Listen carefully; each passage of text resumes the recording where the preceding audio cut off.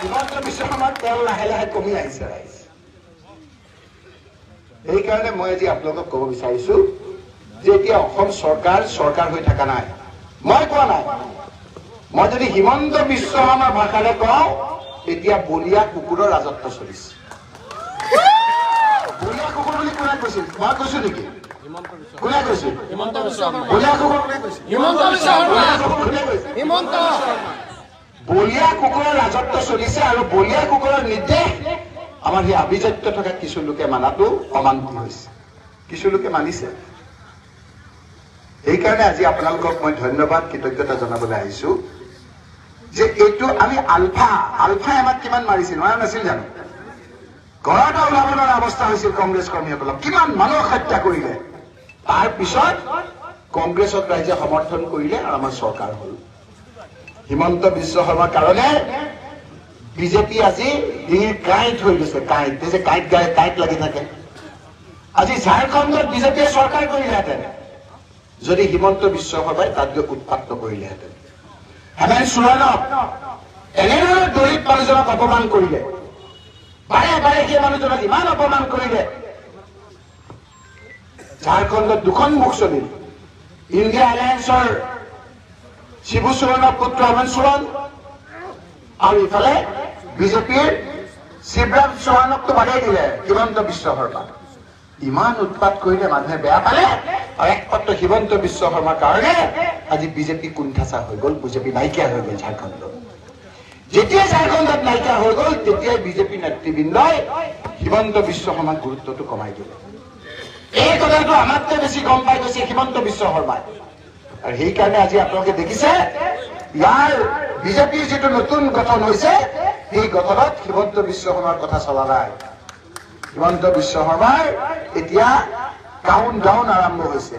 আজি এই ৰূপহীৰ মিটিংখনে তেওঁক প্ৰমাণ কৰিলে যে অসমৰ ৰাইজ তোমাৰ লগত নাই, তুমি কালি টোপোলা বান্ধা আৰম্ভ কৰি দিয়া, পিছত তুমি হবই নাপাবা। তেওঁলোকে ভাবিছিল কংগ্ৰেছক ভয় খুৱাব।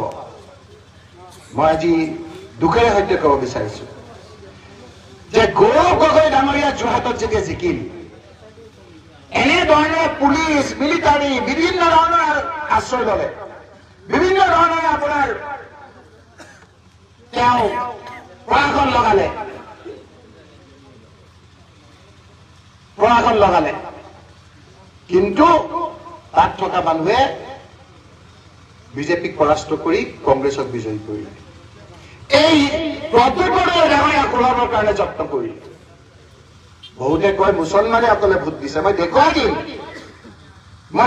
দিম যে আমাৰ এই নগাঁও লোকসভা সমষ্টিটো অনেক সংখ্যক বিজেপি সমৰ্থিত মানুহে প্ৰদ্যুৎ বৰদলৈ ডাঙৰীয়া হিমন্ত বিশ্ব শৰ্মা উৎপাতৰ কাৰণে ভোট দিছে। ৰকিবুল হুছেইনে 15 লাখ ভোট পালে, 10 লাখত জিকিলে। অকল মুছলমানে ভোট দিয়া নাই, এই গোলকগঞ্জত কিমান কুজাজবংশীয়ে ভোট দিলে আপোনালোকে চাওক। কেইদিনমানৰ আগত ডাঙৰ কুজাজবংশী এজন নেতাই হিমন্তৰ লগত থকা নেতাই কংগ্ৰেছত অংশগ্ৰহণ কৰিলে। ৰাভাৰ মানুহখিনিয়ে আমাক দুগুৰিত ভোট দিছে। সেইকাৰণে হিমন্ত বিশ্ব শৰ্মা এতিয়া মুখ্যমন্ত্ৰী, বহুত কথা আগতীয়াকৈ জানি যায়, গম পাইছে হিমন্ত বিশ্ব শৰ্মা ডাঙৰীয়াই যে মৰাণ মানুহখিনি তেওঁৰ লগত নাই উজনি অসমত।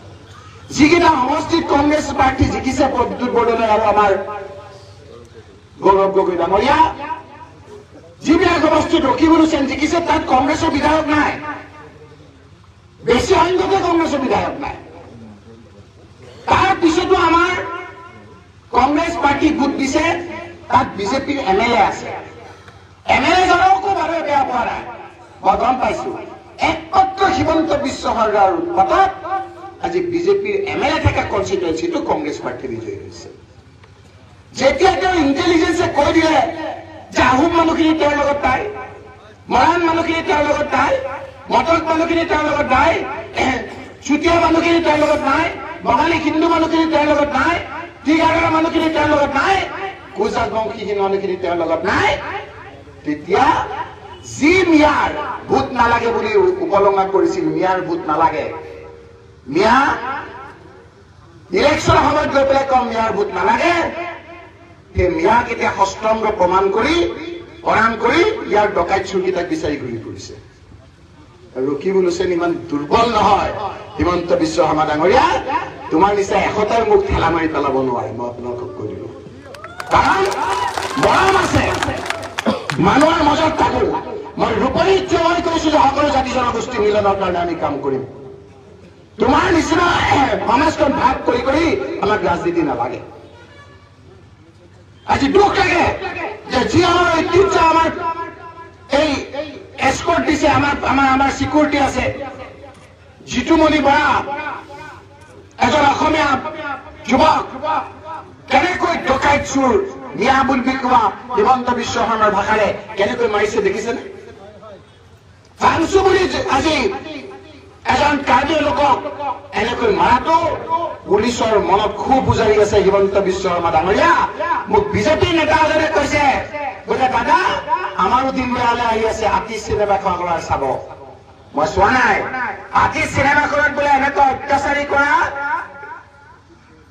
ৰাজনৈতিক নেতা ৰাইজে বোলে দৌৰাই দৌৰাই দৌৰাই দৌৰাই খেদাই ৰাইজে বোলে প্ৰতিশোধ লৈছিল হিমন্ত বিশ্ব শৰ্মাৰ দিন আহি গ'ল ৰাইজ আজি আমি এখন সভা কৰি আমি প্ৰতিবাদী সভাখন কেনেকৈ পাতো তাৰ প্ৰস্তুতিয়ে হ'ব এখন আমাৰ চোতাল আমাৰ কংগ্ৰেছৰ মিটিং তোমাৰ তাত কি অহা যায় গোটেই পুলিচ বাহিনী লগাই গোটেইখন একাত তুমি যুদ্ধৰ নিচিনা এটা পৰিৱেশ সৃষ্টি কৰিলা এই মানুহখিনিক যুদ্ধত দি তুমি ৰাখিব পাৰিবা কৰবাৰ মহিলা মানুহখিনিক তুমি ভয় দেখুৱাই ৰাখিব পাৰিছা অলপ সময় ভোটৰ সময়ত চাবা ৰেকৰ্ড সংখ্যক ভোটত এইবাৰ তুমি হাৰিবা চাই থাকিবা